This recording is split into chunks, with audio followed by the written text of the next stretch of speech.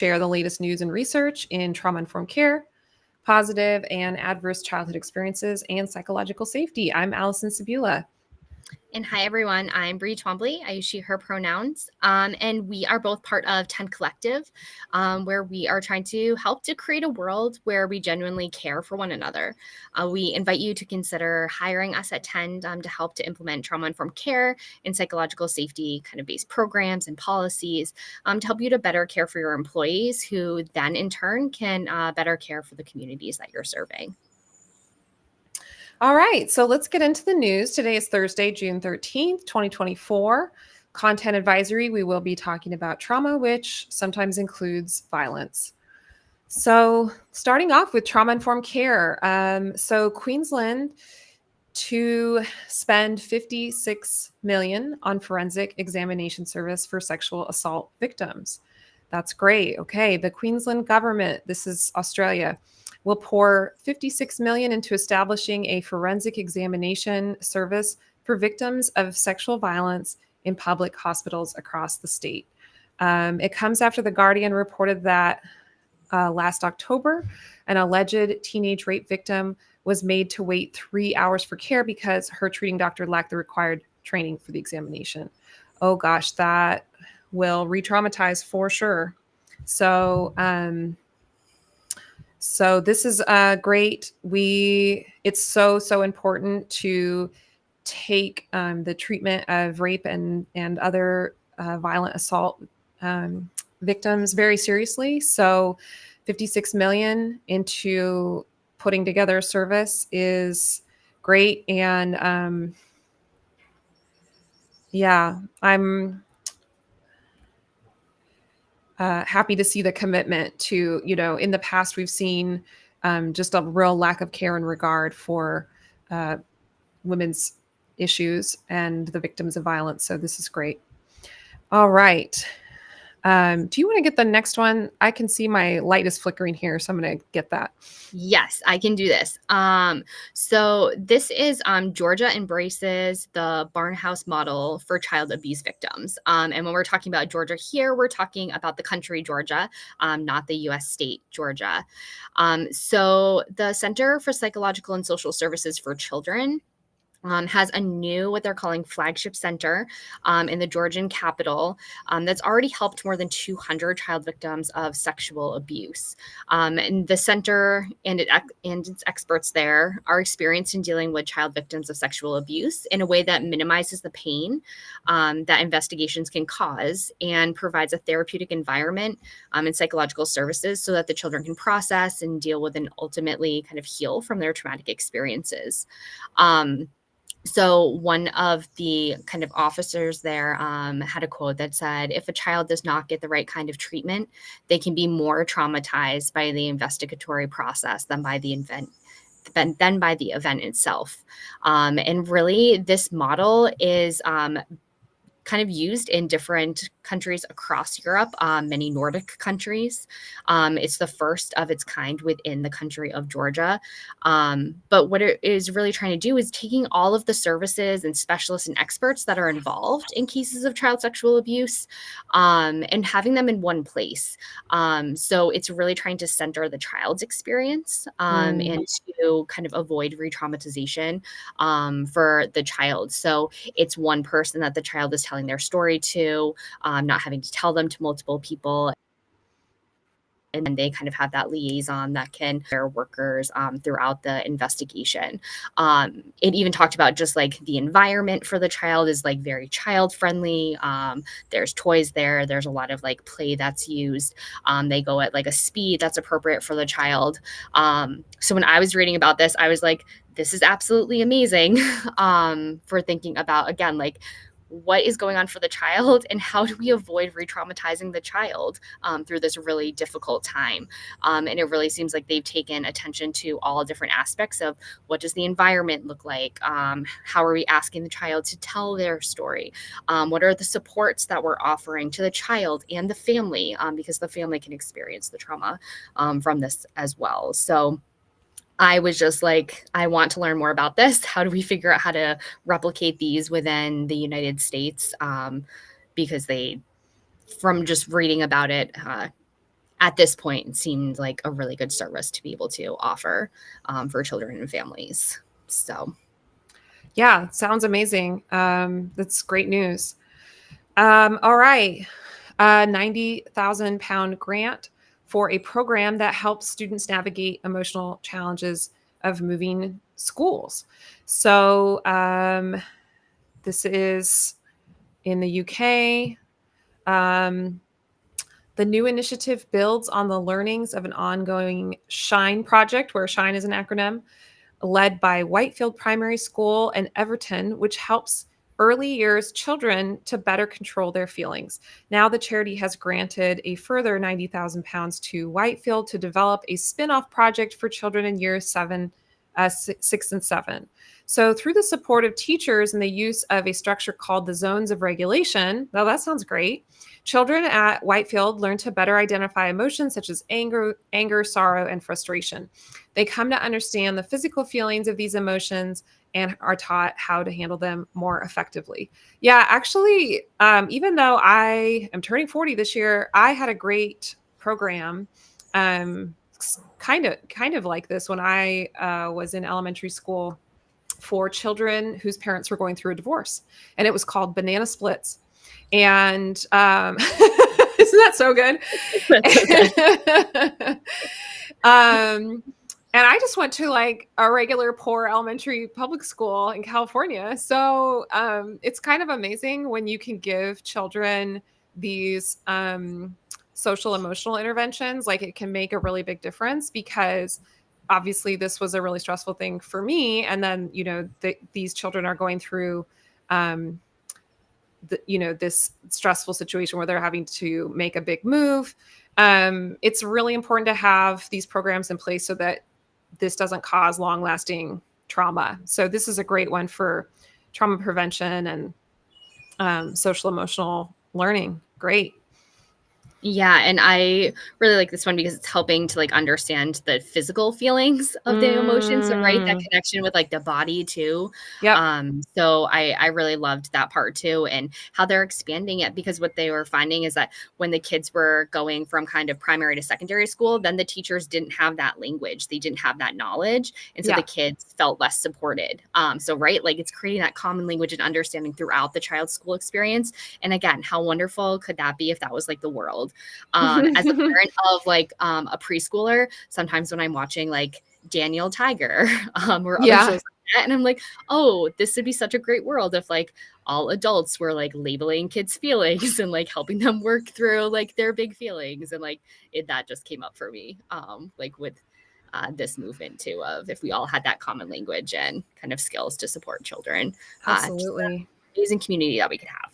So the next one is pretty short. I had just spoken a few months ago about the HOPE, so Healthy Outcomes, Positive Experiences, which is based out of Tufts Medical School. They had their summit a few months ago now, and they did just make all of the recordings available for free. So we will share that link with you so you can kind of take a look at that if you're interested. Some of the keynote sessions, there's a lot of great breakout sessions that really speak to all kinds of different sectors and work that's being done. So if you are interested in supporting some of those positive childhood experiences, you can take a look at some of the research. So I just wanted to follow up on that, since I said they normally make them free, and now they did. Oh, that's amazing. I need to watch those. There's some great, some of the keynotes especially are just really amazing and give you a lot to kind of reflect on and think about. Awesome. Awesome. And again, you can always go to our website and click on the blog section to find the blog post that is associated with today's Healing Horizons news segment. And we link to every single thing, every item that we're discussing. So, and we're at tend-collective.com. Okay, family phone plans hinder escape from domestic violence. Women's shelters in Canada. So, Women's Shelters Canada is calling on phone companies to adjust how they respond to those escaping from domestic violence, saying the costs of changing a phone number and difficulties leaving a shared plan are key barriers for victims. Wow.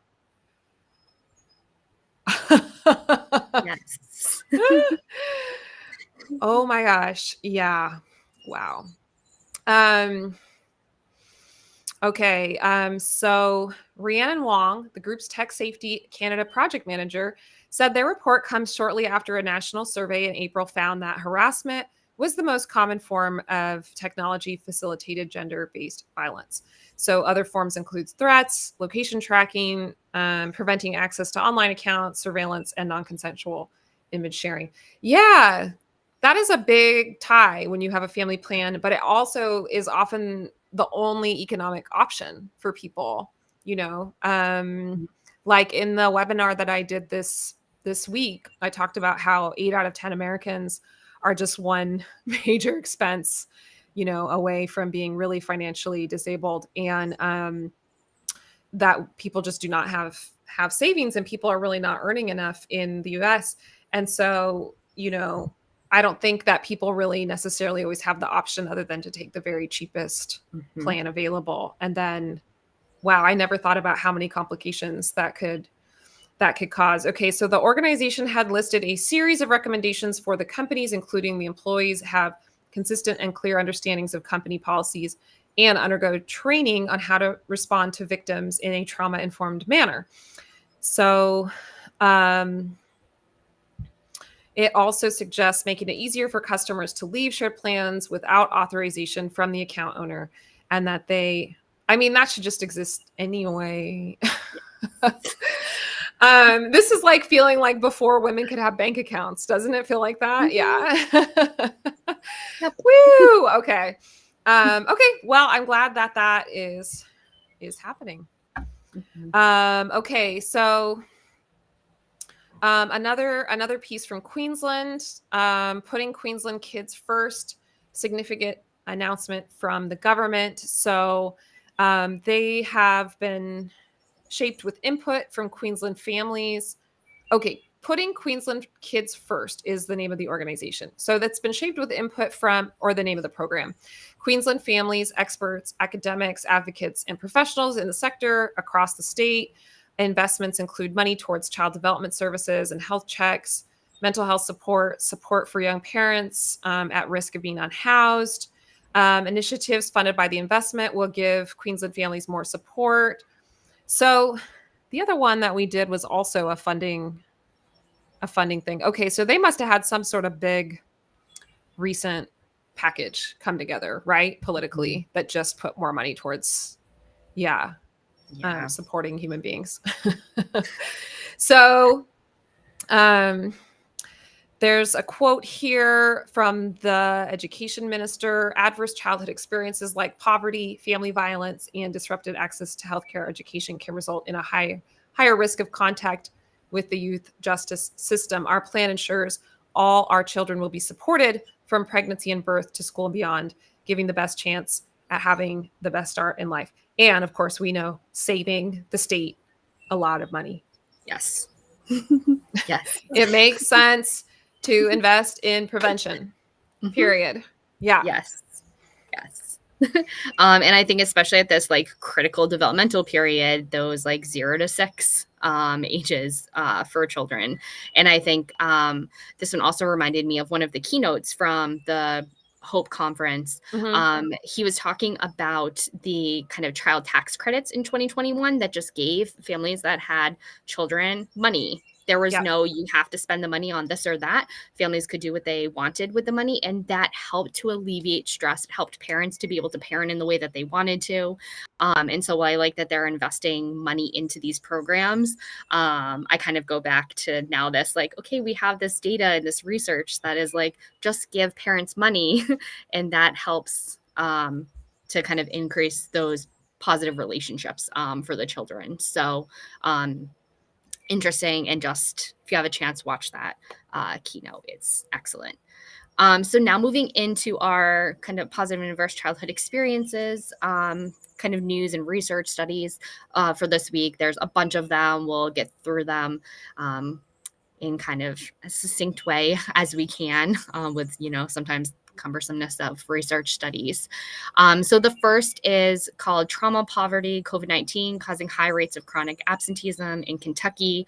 And this actually is just one of the kind of articles that is out recently, because each state just released their kids count kind of data. So you can just Google kids count data book, and then plug in your state if you're in the US, and you can look at it for your state. So this was an article specific to Kentucky, and it was just talking about the impact of chronic absenteeism within Kentucky. And this, from me just kind of looking at a few different states, seems like a theme that was pretty prevalent across the United States, with kind of just this increase in chronic absenteeism.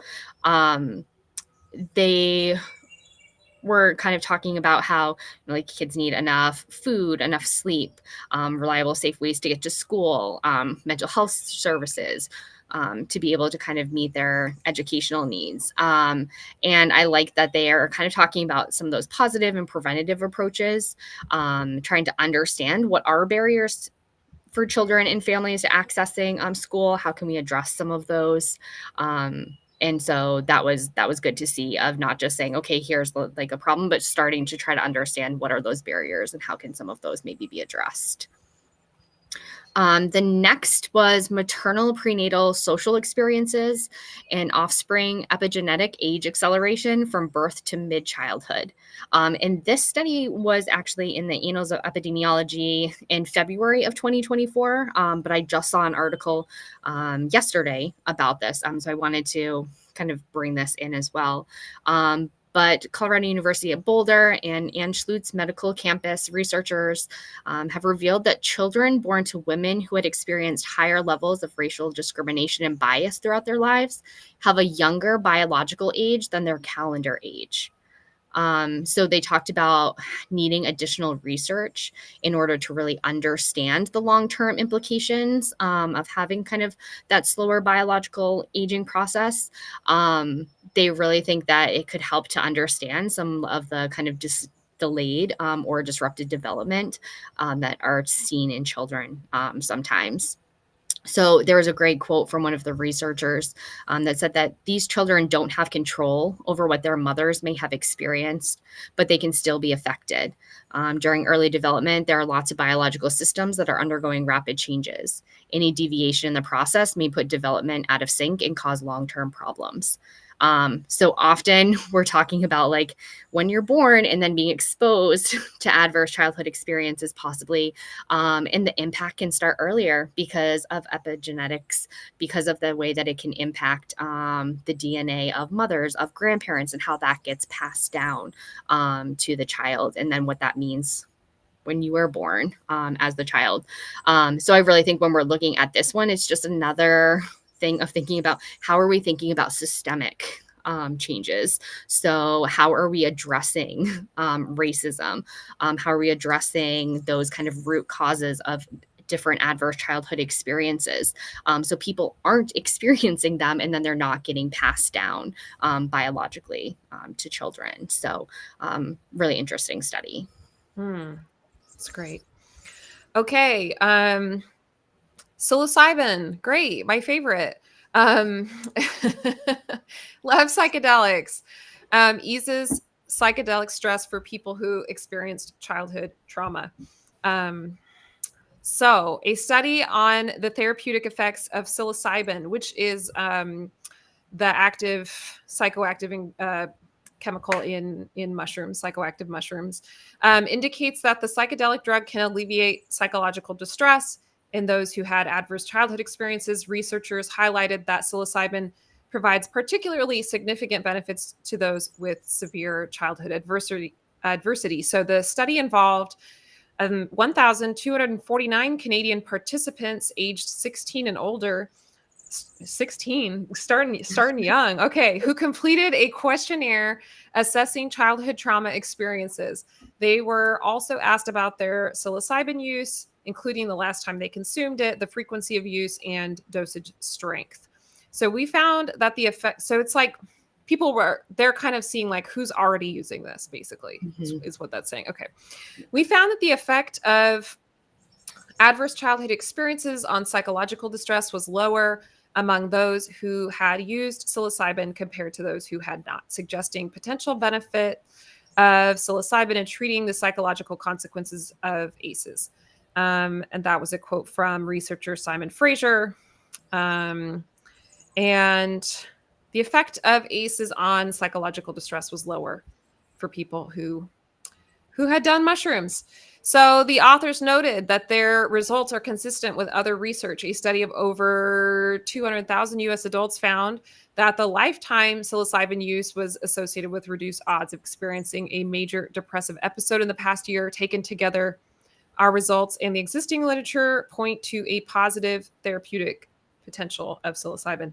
And I always say, God bless Michael Pollan, because that guy really let psilocybin become mainstream. Like, he was on 60 Minutes, so the boomers were checking it out. Like, his book was very popular. For people who read The Omnivore's Dilemma, it's like, oh, now I'm going to read about taking entheogens. So check out his book. I think it's called How to Change Your Mind. Have you read it, Brie? I haven't read that one. Okay. It's really good. He's just a regular guy. So he doesn't make it too weird. He makes it very accessible. And I think he also has something on Netflix. But given the fact that the evidence is so strong, I love that it's starting to get some traction. Mm-hmm. So developmental support's crucial for young victims of child abuse. So this is in the Journal of Child Abuse and Neglect for June 2024. So in a new study published this week, researchers at the University of South Australia highlight the urgency of ensuring young victims of serious child abuse or neglect get the support they need prior to school commencement so that they can be as close to developmentally on track as possible. So the study objective was to assess developmental vulnerabilities at school commencement across 5 developmental domains to ascertain whether removal of children with substantiated maltreatment to foster kinship care is likely protective or not of developmental vulnerabilities. So analyzing the records of nearly 75,000 South Australian children born between 2003 and 2014, researchers identified 1,345 who had suffered substantiated abuse before starting school, 666 of whom had entered foster kinship, usually with grandparents or residential care. So, children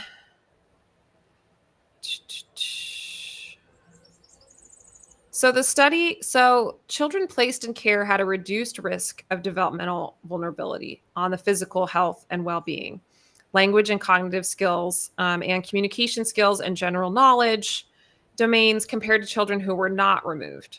However, these children had increased risk of vulnerability on social competence domains and emotional maturity.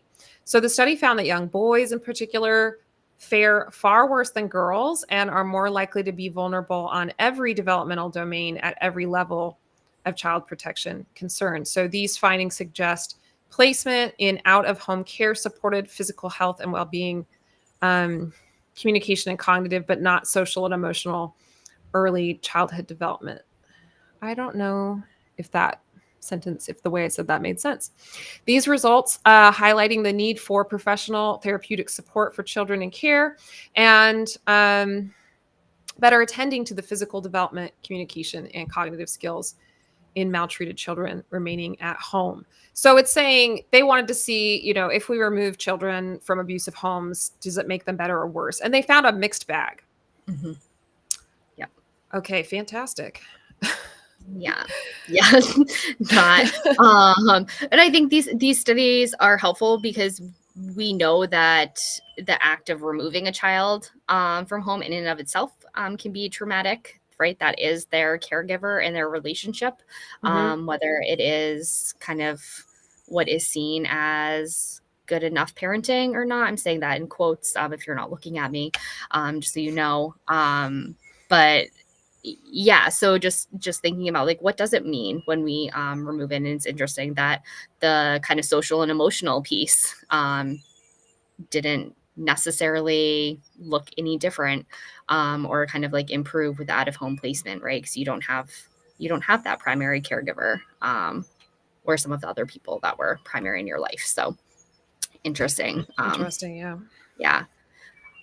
There's another study that talks about how women have a higher genetic risk for PTSD. And so this was in the American Journal of Psychiatry in June of this year. And this was research led by a team at Virginia Commonwealth University and Lund University in Sweden, where they conducted one of the largest twin sibling studies of PTSD to date in order to look at how genetics may play a role. And they just recently published that. And what they found was that women do have a higher genetic risk for PTSD compared with men. They use the Swedish National Registries and analyze health data from over 16,000 twin pairs and 376,000 sibling pairs. So one of the researchers said women are at higher risk for developing PTSD than men, even when controlling for the type of trauma, income level, social support, and other environmental factors. Some of the theories as to why that is have frankly been unkind to women, such as attributing the sex difference to a weakness or lack of ability to cope. I think this study can help move the narrative that people can have an inherited biological risk for PTSD and that this genetic risk is greater in women. They also, I was trying to see if I pulled. Okay, so the other big piece for this is that it also suggested that genetic underpinnings of sex hormones like testosterone, estrogen, and progesterone may be involved in the development of PTSD. So they're going to kind of do some further research to explore that. And what I really liked about this study is trying to remove some of the stigma related to PTSD, some of just the stigma of the things that I just read in that last quote of attributing things to women of like being weak, all of those like false narratives that exist, but also just the importance of studying the female body. The female body has not been studied very well to understand the impact of things like hormones. So as they're looking at these like sex hormones and how they could impact that, great. Please do the research so we can have a better understanding of that. Just Yep, here. yes, keep going, keep trying to understand. The next one was an association between childhood trauma and internet gaming disorder. And so this was in BMC Psychiatry, again, June of this year. And they examined the association in Chinese students and explored the possible associated roles of psychological resilience and depression related to kind of this kind of gaming. They looked at 8,579 students from the Hunan province in China. They provided information about associated demographics, history of childhood trauma, any symptoms of depression, and then psychological resilience. And what they found is that childhood trauma was a potential predictor of internet gaming disorder, with the childhood trauma score significantly correlating with internet gaming disorder severity. It also revealed that psychological resilience moderated the association between childhood trauma and internet gaming disorder. So really, again, I think when we look at this one, just kind of, again, we speak to this a lot, but the importance of positive childhood experiences, especially like social support and connectedness. So if children have those positive relationships, being able to like have those connections in real life and not kind of going into the state where they're kind of meeting their emotional needs or connection needs through gaming, whether that is talking with other people or just kind of like within a kind of fictional fantasy world with that. So there's lots of connections in all kinds of different areas. Yeah. Language processing following childhood poverty, evidence for disrupted neural networks. So this is in the Journal of Brain and Language, May 2024. Participants were drawn from an existing longitudinal study of poverty. We found evidence that the chronic stress of poverty alters the trajectory of the underlying neural pathways associated with language in adults. We found the childhood poverty group had lower phonemic decoding Okay, there's something that we won't really know what that is because we don't work in the field. And reading recognition, um, controlling for both income and educational attainment. Oh, that's interesting. Controlling for those. Mhm. Okay, the present study provides evidence for deficits in neural networks associated with language in adults from childhood poverty backgrounds. Wow, that's fascinating. I would love to learn more about what's going on there. Mhm. But Mhm. yes, I think we need more studies on the impact of childhood poverty. Um, yeah, which is, of course, such a huge problem in the US and many places around the world. Yep. All right, racial discrimination and risk for internalizing and externalizing symptoms among Black youths. So, JAMA Network, June 2024. So, how does the brain process and defend a youth from racial discrimination's impact on mental health? So, the findings were that this cohort study of 1,596 Black youths in the US found patterns of amygdalar response, um, which is, the part of the brain that controls fight or flight, some, emotions, keeping us safe, stress response, et cetera, et cetera. Okay, amygdalar response that moderated the association between feelings of marginalization and changes in both internalizing and externalizing symptoms. Okay. Yeah. All right.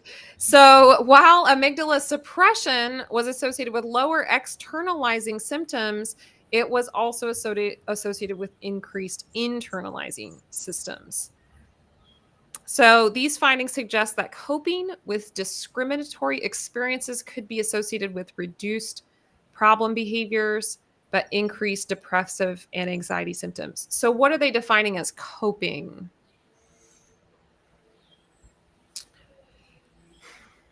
Yeah, we'll have to take a look at that one. And again, you can find the links to all of our cited studies on our website after this is over if you just go to our blog. But that one is interesting, and there's a lot. There is a lot there to get into. Let's see.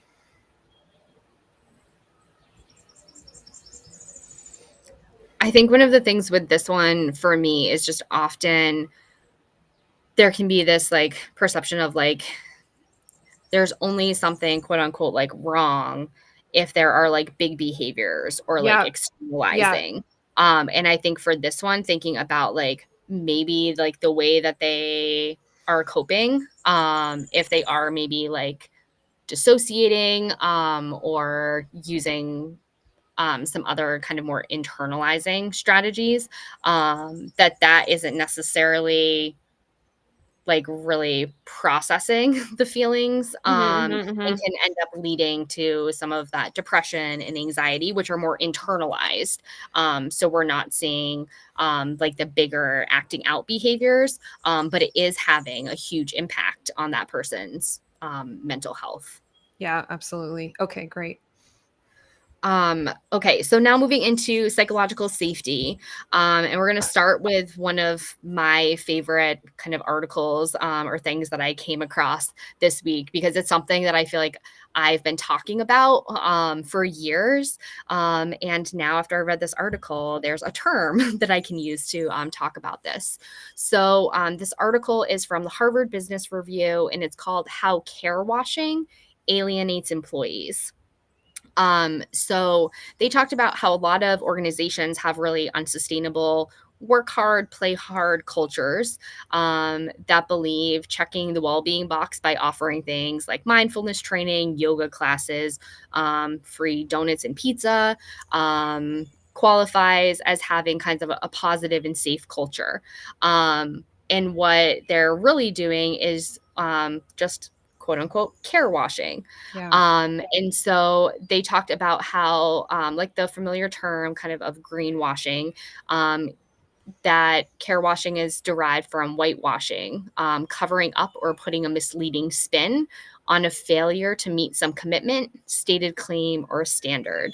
So it's kind of, hey, we're going to do this thing, but then we're not really doing it. We're not kind of, what's that? I'm forgetting what like the phrase is now, but like Walking The our talk. walking. Yes, there we go. Thank Yeah. you for knowing Yeah. what I was trying. I was like, well, It's that's hard it. while live, actually. My brain just stops working when we're live. Yeah. Forget it. So thank you for that. Um, so we know from the kind of things that we've shared on here and then just kind of other reports that a lot of workers, especially here in the US, are really unhappy right now, thinking about kind of the shared trauma of the pandemic. And so there's this kind of encouragement for leaders and organizations to really try to provide kind of healthy, motivating workplaces. And so we want to align kind of the rhetoric, what we're saying, with reality. That helps to avoid things like external reputation risks, internal operation hurdles, having compromised psychological safety, kind of cynicism, and that can lead to an environment where people that are able to leave that environment. Those who are staying are just completely disengaged, completely like unmotivated, which then you have absenteeism, and you don't really have engagement, not things Mhm. that places are really looking for. So they really talked about to kind of safeguard against care washing, that organizations can foster a resilient culture grounded in things like trust, empathy, psychological safety, and integrity. So a lot of they gave 4 kind of recommendations, which are all really grounded in psychological safety. So be who you say you are. So if you are committing to employee mental health, what does that actually look like? Do you have flexible work plans for people? Not just we do pizza on Fridays for people, but like, are you actually looking at those barriers and addressing them? Ask and be prepared to really listen. You're asking for that feedback. You're responding to that feedback, again, in an empathetic, compassionate way. Aligning your leadership criteria with organizational values, and being self-aware as a leader. Where are my biases? Am I actually doing the things that I'm promoting and saying that I'm doing as a leader and at this organization? So again, just really appreciate that there is a term now for thinking about Such a this. good term. Yeah. Yeah. Um, because we interview on my podcast about childhood trauma, which is a lighthearted podcast called Latchkey Urchins and Friends. We had a guest season 1, Laura Hoffman, who said employees can tell when their employers don't care about them, and that's bad for our health. Mm-hmm. It is bad for our health when we can tell that we're not being cared for. Yeah. So I think though even worse is when organizations pretend to care but don't. Yes. Like Yes. that feels so gross. Mm-hmm. Yeah, Mm-hmm. care washing. Great. Yeah. And I know from just like experiences of like providing training to organizations, and then people are like, but we can't do this with like our policies and procedures. So right, if you're trying to say like we have a good work-life balance here, but then as the leader, you are texting or emailing your employees outside of work hours, you're not modeling that, you're not aligning with that. So that erodes that trust that Mm-hmm. employees can have. So it's something that's really common, that I know I've encountered and seen at lots of different organizations, and we've provided consultation onto organizations to kind of support that alignment at different levels. Yeah. Okay, so then the National Safety Council released a new report on diversity, equity, and inclusion in workplace injury prevention. So really thinking about having like hazard assessments, regulations. A lot of the research is also showing that workers of color face more work-related injuries and illnesses, which is kind of data compiled by the Bureau of Labor Statistics and the U.S. Census Bureau. So there's a kind of racial disparity that's existing, and specific to musculoskeletal disorders. And those are the most common workplace injury. So they just released this new report, and it's really identifying different workplace factors that can lead to inequitable musculoskeletal disorders. It provides different solutions for kind of mitigation, but we really just wanted to highlight that one of the recommendations is psychological safety. So that employee well-being at work is significantly influenced by a sense of belonging to the organization or a team, with managers showing appreciation for their employees and involving them in decision making.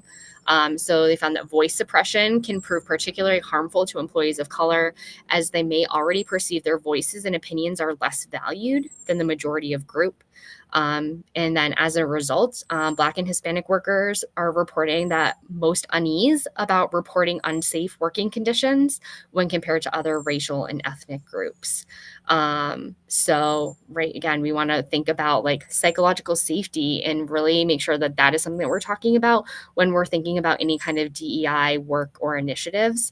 Are people feeling safe? Can they express their opinion? And are they listened to?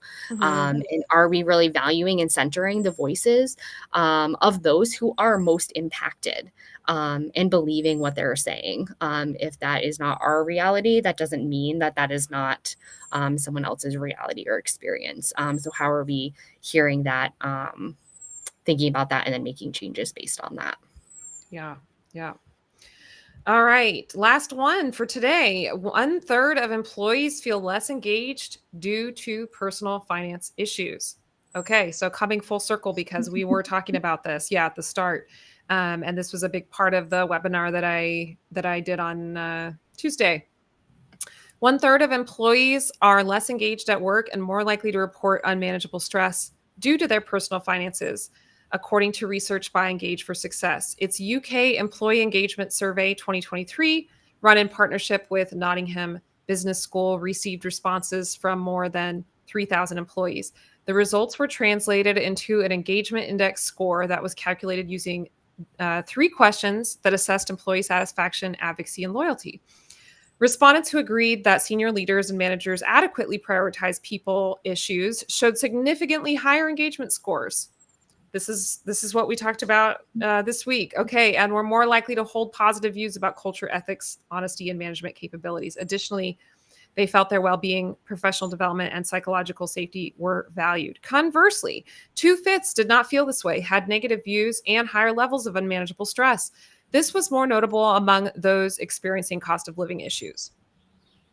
It's very, very, very stressful to not be able to pay your bills. There's no way that you can focus on anything or feel calm or focus on work or have a positive outlook. So people with long-term health conditions and employees from the LGBTQ plus community. So those with no access to well-being resources had an engagement index score of 55%, whereas those with 5 or more well-being resources achieved a score of 73%. So that's a really big difference. So Dr. Sarah Pass, senior lecturer in human resources management at Nottingham Business School and Engage for Success advisory board member, said, along with emphasizing the importance of employees offering their workers a full package of support, our findings revealed the critical role of line managers and workplace relationships in fostering and nurturing engagement levels. So this was something that I talked about on my webinar on Tuesday, which was that some organizations and agencies do not have the funding to pay people more, but treating your employees well and making sure that you care about them and you're engaging with them can really go a long way in helping employees manage stress. So, which will create better workers. So, all right, everyone. Thank you so much for tuning in this week, and we will see you next week. Okay, bye, everyone. Thanks for joining.